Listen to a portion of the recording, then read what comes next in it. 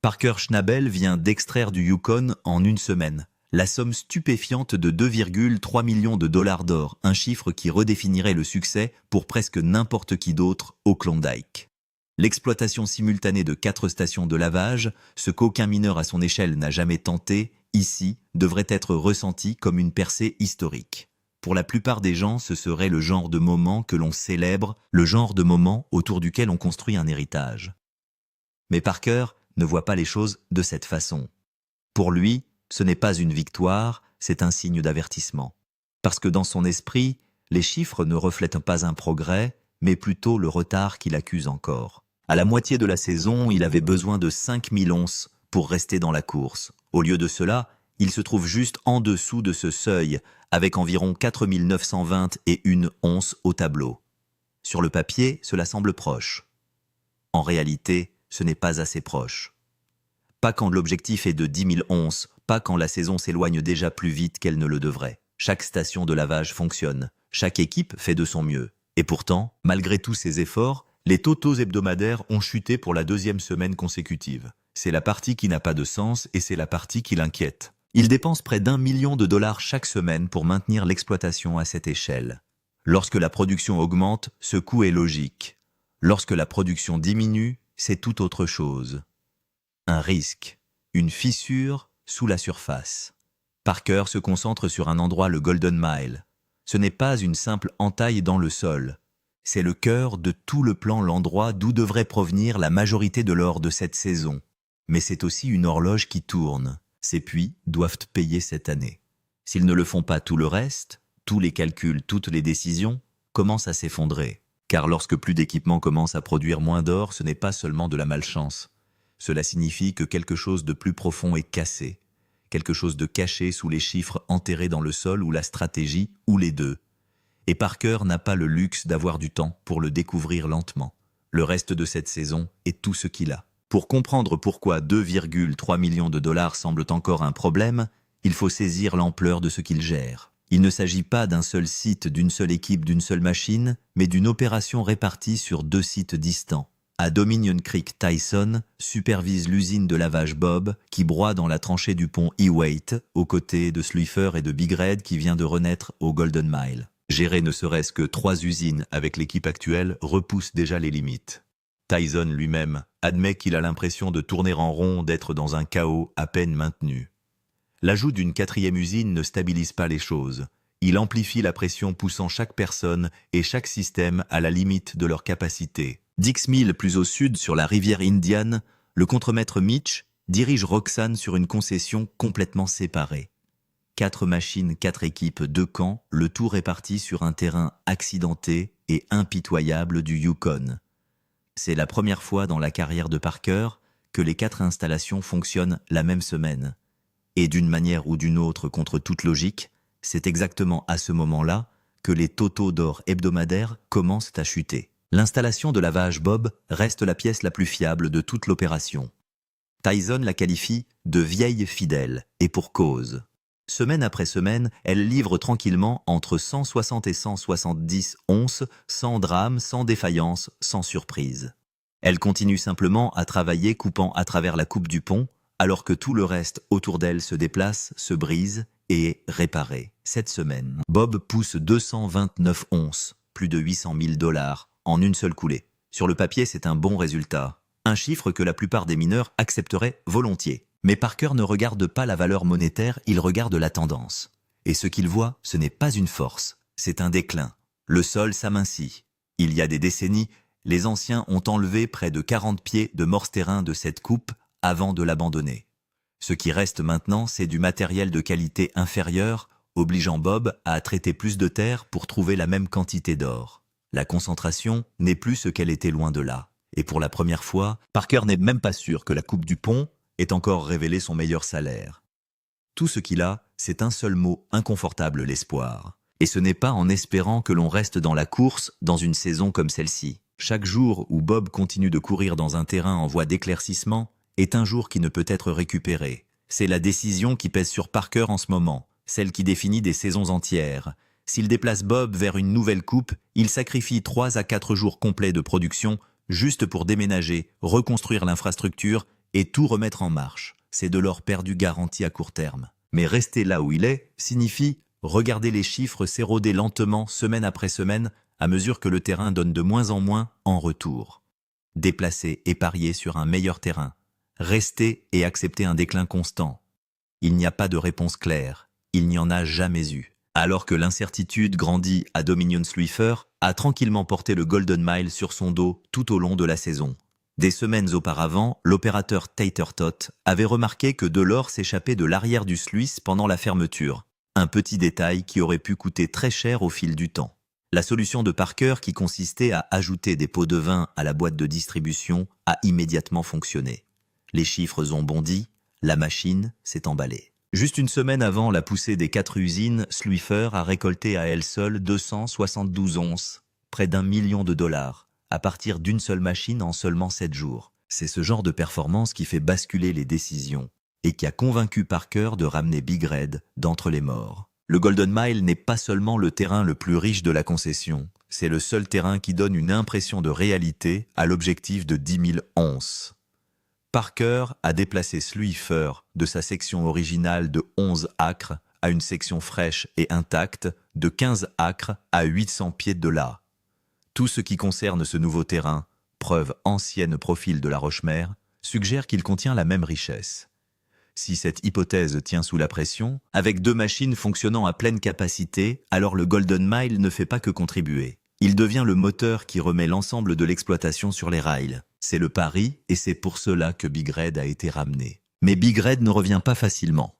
Elle n'a pas produit d'or depuis des années. Pour la relancer, il ne suffit pas d'appuyer sur un interrupteur. Il faut la déplacer de 800 pieds sur un terrain accidenté, poser des conduites d'eau, reconstruire l'infrastructure à partir de rien. Chaque heure passée à faire cela est une heure qui ne produit pas d'or. L'équipe de Tyson y parvient, mais au moment de la première pesée, Big Red n'a fonctionné qu'un peu plus d'une journée. Résultat 60 et un once, soit environ 200 000 dollars. Dans des circonstances normales, ce serait un bon début. Mais Parker ne le mesure pas par rapport à un seul jour, il le mesure par rapport à la saison, par rapport à 10 000 onces. Et 60 et une once font à peine bouger l'aiguille. Aujourd'hui, pour la première fois, Sluyfer et Big Red fonctionnent côte à côte sur le même tronçon du Golden Mile. Lorsqu'il est parfaitement rodé, Sluyfer a prouvé qu'il pouvait produire près de 250 onces par semaine.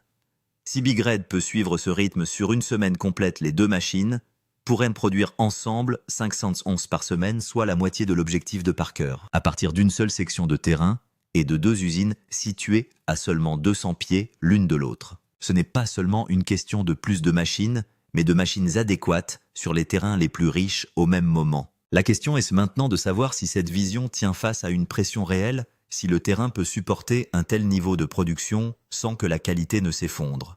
La prochaine pesée ne sera pas simplement un autre chiffre, elle sera une preuve dans un sens ou dans l'autre.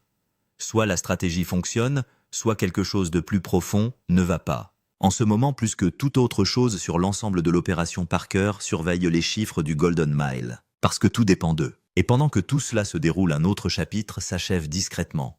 Sluyfer Creek, l'extension que Mitch a exploitée toute la saison, est terminée. Elle méritait plus d'attention qu'elle n'en a reçu. Semaine après semaine, alors que Dominion exigeait de se concentrer, Mitch a chassé l'or laissé par les anciens, tirant en moyenne 286 onces par semaine d'un terrain que beaucoup croyaient déjà épuisé. C'était régulier, fiable, éprouvé. Cela signifie que plus que jamais l'avenir de cette saison repose sur ce qui se passera au Golden Mile. Le pic a été de 302 onces, soit un peu plus d'1 million de dollars en une seule coulée. Semaine après semaine, Sluyfer a tenu ses promesses. C'était l'une des sources de revenus les plus régulières de toute l'exploitation, le genre de terrain qui donne l'impression qu'une saison est gérable, même lorsque tout le reste va de travers. Cette semaine, malgré les incendies de forêt qui ont causé des problèmes à l'équipe tout au long de l'année, Mitch a lavé le dernier filon riche en or de Sluyfer et a mis fin à l'exploitation. La dernière coulée s'élève à 220 et une once, ce qui constitue une solide conclusion à un cycle productif.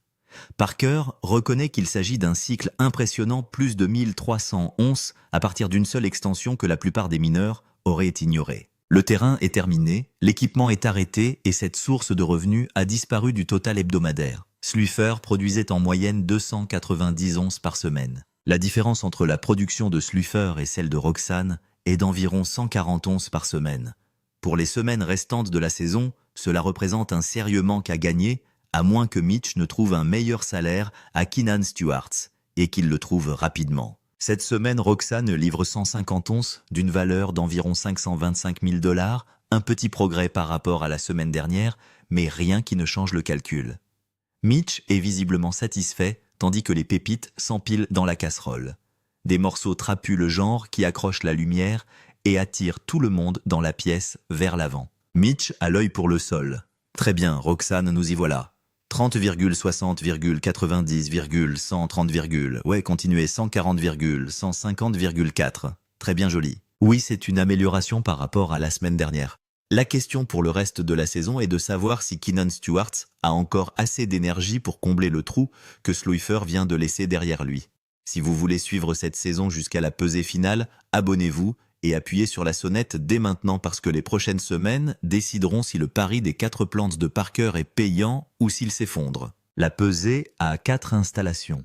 La toute première pesée a 4 installations de Parker, 4 machines, 4 coulées, un seul total à la fin. Il travaille à ce moment depuis avant le début de la saison. Roxane chez Keenan Stewart, 204 onces, plus de 700 000 $.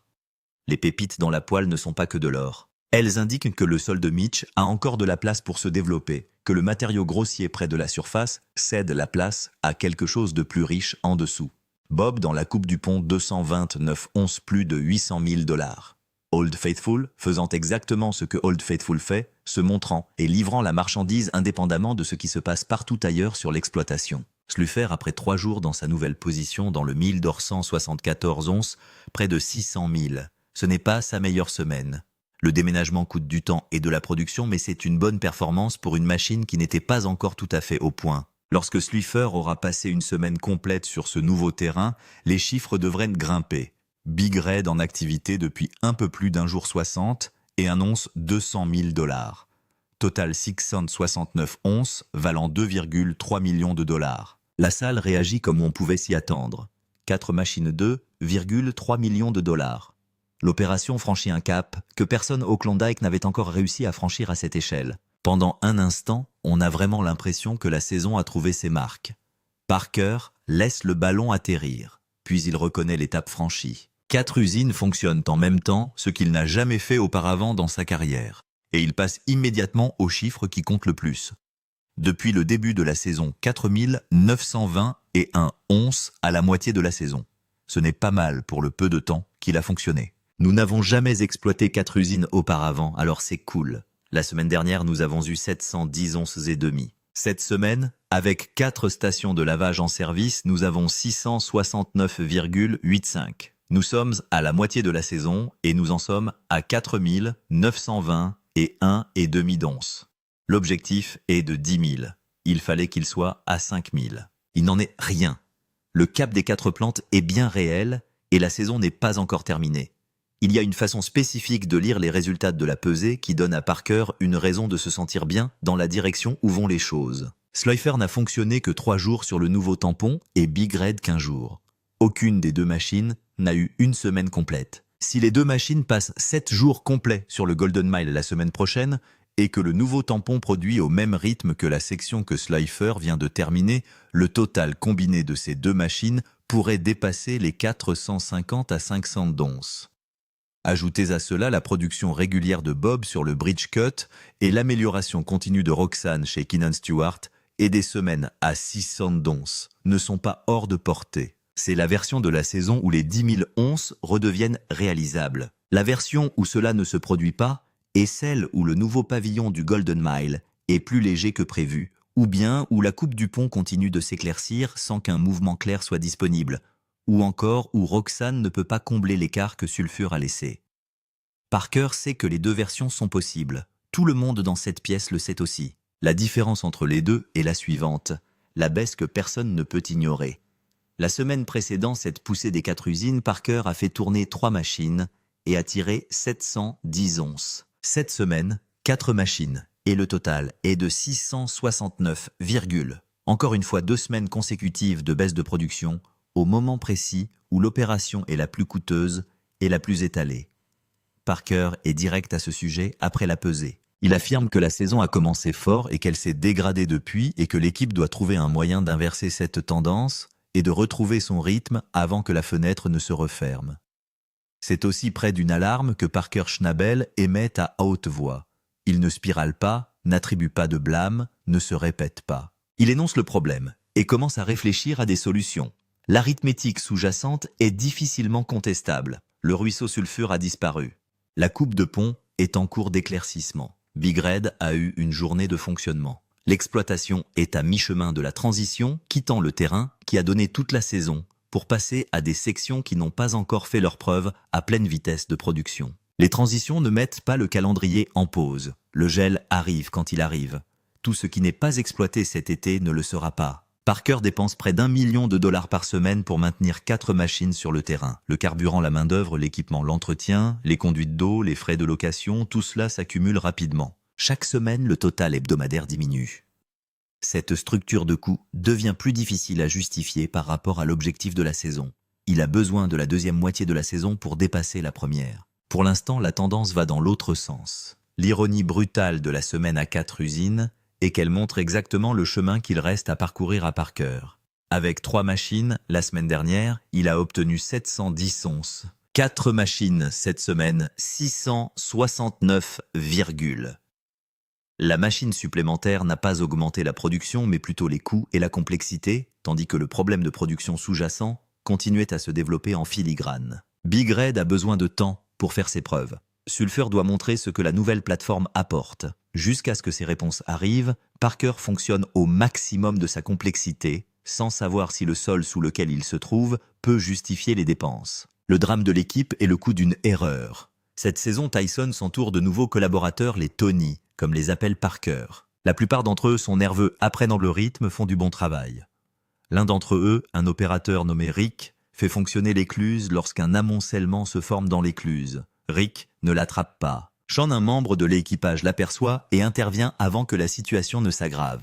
La réaction de Parker est immédiate, Rick est renvoyé sur le champ. Pas de seconde chance, pas de discussion. Vous avez donc une bande de nouveaux Tony. Oui. Certains d'entre eux sont très nerveux. Ils sont comme des chiens battus. Ils s'en sortent tous très bien, mais Rick a couru dans le Sluicifère et il n'a pas remarqué le carambolage dans le Sluicifère et heureusement Sean était là et a sauté sur l'occasion. Qui est Rick? Il est parti. Vous ne travaillez plus ici. Dans une exploitation qui exploite 4 stations de lavage avec 79 onces de retard sur le rythme de croisière, un carambolage manqué signifie que de l'or s'écoule à l'arrière de l'écluse. Parker ne peut pas se permettre cela. L'intérêt d'avoir des opérateurs est d'avoir un œil sur les équipements que Parker ne peut pas physiquement surveiller lui-même sur 2 sites et 4 machines. Lorsqu'un opérateur manque quelque chose qu'un deuxième membre de l'équipe doit rattraper, le système s'effondre. Parker a besoin d'opérateurs qui rattrapent leurs propres problèmes et non d'opérateurs qui en créent d'autres. Tyson a décrit les nouveaux membres de l'équipe comme étant nerveux, désireux de faire plaisir, mais qui ne trouvent pas encore leur marque. Cette énergie est bonne lorsque la saison a de la marge. Actuellement, avec les totaux hebdomadaires en baisse et la disparition de la production de soufre, il n'y a pas de marge. Chaque opérateur sur chaque machine doit fonctionner au niveau requis par la saison. Rick n'était pas encore là. Il n'aura pas une semaine de plus pour le trouver. Parker ne licencie pas les gens facilement. Quand il le fait, cela signifie que les enjeux sont exactement aussi réels qu'ils en ont l'air. India et l'ours dans la coupe. Problème à l'Indian River. Mitch reçoit un texto d'un membre de l'équipe India. Un seul mot aide. Pas de contexte, pas de suivi. Un seul mot avec un point d'exclamation. Mitch passe immédiatement en revue les pires scénarios. L'usine de lavage est en panne, quelqu'un est blessé. Il s'y rend aussi vite que possible, prêt à faire face à une véritable urgence, et trouve India en train de pelleter. Juste pelleter. Elle avait besoin d'aide pour débloquer un blocage sur le cône et a envoyé le message le plus court qu'elle ait pu imaginer. Mitch fait clairement passer le message. Dans une exploitation minière isolée, un seul mot ne suffit pas. Il doit savoir dans quel type d'urgence il se trouve avant d'arriver, car la réponse à une rupture de canalisation d'eau est complètement différente de la réponse à une panne d'équipement ou à une situation de sécurité dans la tranchée. La réponse d'India est tout à fait raisonnable de son côté. Elle était occupée. Elle avait besoin d'aide, elle a envoyé un message. Mais Mitch a besoin de 3 mots supplémentaires, au minimum, quelque chose qui lui dise à quoi il a affaire avant d'arriver. Toute l'équipe rit, Mais le message passe quand même. Et vous les gars? Oui, il s'est passé des choses il y a quelques jours. India m'envoie un message et tout ce que je reçois, c'est de l'aide, un point d'exclamation. Non, pas de contexte. Quand je suis arrivé et qu'elle était en train de pelleter sur le convoyeur, je me suis dit, tu ne peux pas faire ça. Ce n'est pas cool. Il faut dire que la station de lavage est en panne, qu'un chargeur a un pneu crevé ou qu'il y a un ours dans la tranchée parce que je n'ai pas pu arriver assez vite. Elle me dit, qu'est-ce que tu voulais que je fasse? J'étais en train de pelleter. Je lui réponds, j'ai encore 3 mots à écrire. Dans une entreprise de 4 usines réparties sur 2 sites distants de 10 miles, la différence entre un simple mot et une description correcte est la différence entre Mitch, qui arrive avec les bons outils à temps, et Mitch, qui se retrouve face à un problème plus important qu'il n'aurait dû l'être. Ici, la communication n'est pas une question de courtoisie, c'est une question de production. C'est le mécanisme qui permet à un contremaître de gérer le terrain. Il ne peut pas physiquement surveiller chaque minute de la journée. L'Inde est en train de l'apprendre. Le reste de l'équipage regarde. Ils regardent tous. Où en est? La saison Parker est à 4 921 onces, avec la moitié de la saison écoulée. L'objectif est de 10 000. Au prix actuel de l'or proche de 3 500, l'once atteindre l'objectif signifie une saison de 35 millions de dollars. Le plus gros butin de sa carrière échoué, finir quelque part. Dans la fourchette de 7 000 à 8 000 onces, cela signifie une saison de 25 à 28 millions de dollars. Cela reste une bonne année à tout point de vue, mais ce n'est pas 10 000. Et 10 000, c'est ce que Parker s'est engagé à faire. La voie à suivre est spécifique. Big Red a besoin d'une semaine complète sur le Golden Mile Pay pour montrer ce qu'il peut réellement produire en dehors de Sluyfer. Le nouveau terrain de 15 acres que Sluyfer vient de quitter n'a pas encore été entièrement travaillé. Si cette section contient la même concentration d'or que les 11 premiers acres, la production combinée de ces 2 machines pourrait faire basculer le total hebdomadaire vers les 500 onces ou plus. Roxanne doit s'intensifier à Keenan Stewart et commencer à combler le vide laissé par Sulphur.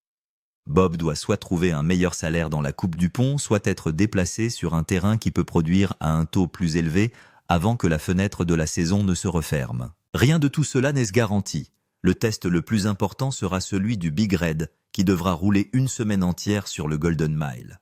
Si cette machine égale le Sluyfer once pour once sur la même rémunération, le plan A4 sera mis en place. La stratégie cesse d'être une question et commence à être la solution.